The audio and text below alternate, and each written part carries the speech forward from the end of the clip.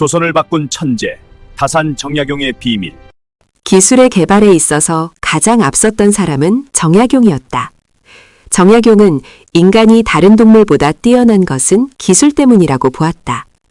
또 그 기술은 인간의 노력, 그것도 집단적 노력에 의하여 발달되고 선진 기술을 과감히 수용하는 가운데서 혁신된다고 보았으며 기술의 발달이 인간 생활을 풍요롭게 한다고 확신하였다. 그러기에 정약용은 스스로 많은 기계를 제작하거나 또는 설계하였다.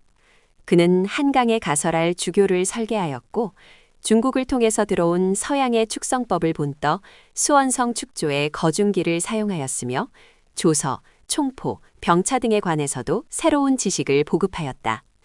실학자를 비롯한 진보적 지식인들은 실로 과학과 기술의 발달을 통하여 민생을 편하게 하는 데 크게 기여하였다.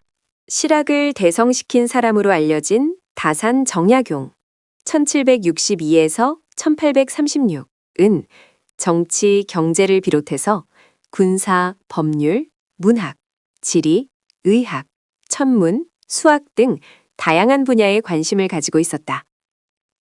그의 저술인 여유당전서는 이와 같은 자신의 지식을 총정리한 것이다. 그는 실질적으로 생활에 도움이 되는 지식과 나라를 부유하게 하고 강하게 만드는 정책을 건의하였다. 성을 쌓는 기술과 총포에 대한 기술, 그리고 당시 많은 사람들의 목숨을 앗아가는 천연두를 예방하고자 종두법까지 익힌 대학자이면서 실천가였다. 18, 19세기에 이르러 조선은 농법의 발달로 더욱 많은 소출을 올릴 수 있었던 일부 농민들이 부자가 되었다. 이들은 어느 정도 떵떵거리며 살 수 있었고 오히려 양반이라도 먹을 것이 없으면 배를 골아야 하는 형편이 되었다. 조선 후기 농민, 장인들의 처지는 조선 전기처럼 양반의 눈치만 살피고 양반들에게 굽실거리기만 하는 것은 아니었다. 돈과 권력만 있으면 양반의 버금갈 만한 지위를 누릴 수 있었다. 양반의 지위를 돈을 주고 사거나 가난한 양반과 혼인을 하여 양반 가문 소리를 들을 수도 있게 되었다. 그들이 새로운 부를 만들어낼 수 있었던 바탕은 무엇이었을까요? 그것은 농민과 장인들이 산업 현장에서 축적한 기술이었다. 이런 기술은 매우 유용하였으므로 합리적으로 활용하기만 한다면 얼마든지 돈과 권력을 잡아볼 수 있는 기회가 생겨났다.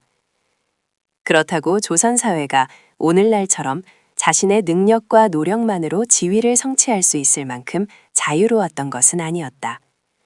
하지만 이전에 비해 기회가 확대되었음은 명백하다.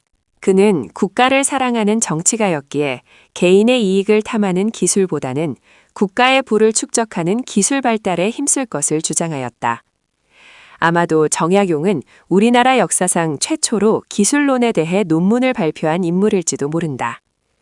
물론 기술과 기술자를 천시하는 생각이 전혀 없었던 것은 아니었지만 정약용은 그 누구보다도 기술의 중요성을 역설하였다. 그는 자신의 방대한 학문적 성과를 집대성한 여유당 전서에서 기술에 대해 다음과 같이 논하였다.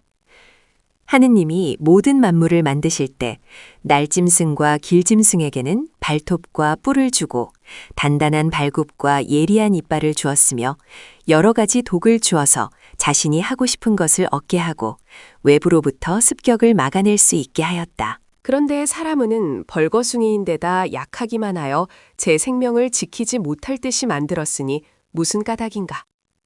어찌하여 하늘이 대수롭지 않게 여겨야 할 금수들에게는 후하게 여러 가지를 만들어주시고 귀하게 여겨야 할 인간에게는 박하게 하였는가? 그 이유는 인간에게는 지혜로운 생각과 교묘한 연구 능력이 있으므로 기술을 익혀서 제 힘으로 살아가도록 했기 때문이다. 기회론. 정약용은 인간이 기술을 발달시킬 수 있는 기본적 능력을 타고났다고 보았다.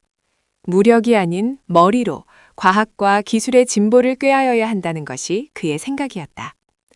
비록 성인이라 하더라도 1000만 명이 함께 논의한 것에는 당할 수가 없으며 기술은 사람이 많이 모이면 모일수록 더욱 정교하게 되는 것이며 시대가 흘러갈수록 더욱 발전하는 것이다.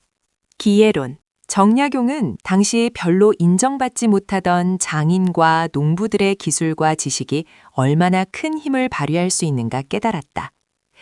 비록 한 명의 기술자가 지닌 지식은 보잘것없을지 몰라도 그것이 쌓이고 모인다면 성인도 당해내지 못하는 훌륭한 지식이 되는 것이다. 또 정약용은 선진 문물과 과학기술의 수입을 강조하기도 했다. 우리나라에 있는 여러 기술자들의 기술은 모두 옛날에 중국에서 배워온 방식인데 중국에서 다시 가서 배우는 일을 게을리하였다. 중국에서는 새로운 방법과 정교한 기계가 나날이 증가하고 다달이 불어나서 이미 수백 년 전의 중국이 아니다. 그런데도 우리는 막연하게 서로 기술에 관하여 토론하지도 않고 오직 옛날의 방법만을 편하게 여기고 있으니 어찌 그리 게으르단 말인가. 기예론. 수원성의 축조에서 우리는 그의 진가를 확인할 수 있다.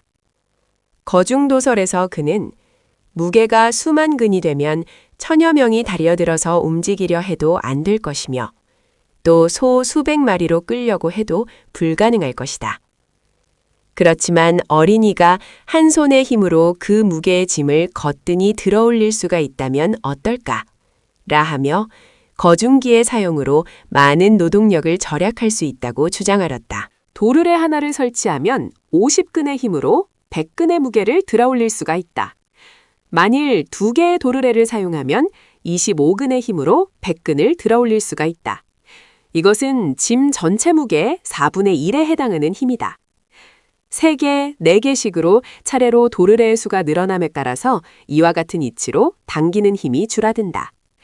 지금 그림과 같이 상하 8개의 도르래를 사용하면 전체 25배의 힘을 낸다. 실학의 집대 성자 다산 정약용은 과학기술 분야에도 많은 관심을 가지고 실제 생활에 이용하였으며 나아가 의학, 역학, 수학 등에 대한 관심과 노력을 통해 많은 저수를 남겼다.